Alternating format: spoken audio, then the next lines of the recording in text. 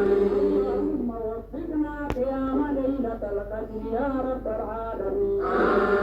اللهم استر عوراتنا واستر روعاتنا. اللهم اجعلنا من الفائزين الذين فازوا بجناتك جنات النعيم. اجعلنا من أهلك الفردوس يا رب العالمين. برحمتك يا أرحم الراحمين. اللهم إنا نعوذ بك من جهد البلاء وجهد الشقاء وسوء القضاء وشماتة الأعداء. ربنا لا تؤاخذنا إن نسينا أو أخطأنا. ربنا ولا تحمل علينا كما حملته على الذين من قبلنا. ربنا ولا تحملنا ولا تحملنا ما طاقة لنا به. واعف عنا واغفر لنا وارحمنا أنت مولانا وانصرنا على القوم الكافرين. اللهم أعتق رقابنا ورقاب آبائنا ورقاب أمهاتنا ورقاب إخواننا ورقاب أجدادنا ورقاب أجدادنا ورقاب خالنا ورقاب خالاتنا ورقاب أختنا ورقاب أخواتنا من النار يا رب العالمين.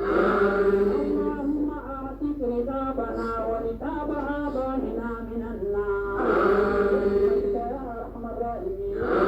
اللهم أعد علينا رمضان سنين بعد سنين بعد سنين بخير وعافية يا رب العالمين.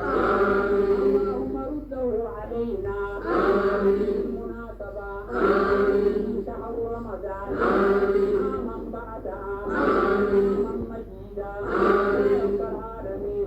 ربنا آتنا في الدنيا حسنة وفي الآخرة حسنة وقنا عذاب النار.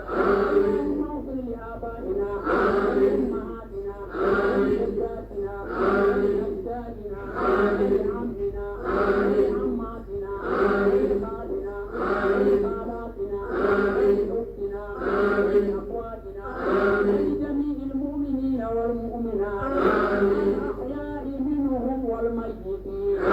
اللهم اغفر لنا إذا سرنا إلى ما صاروا إليه الجناب والتراب وحدنا الجناب والتراب وحدنا.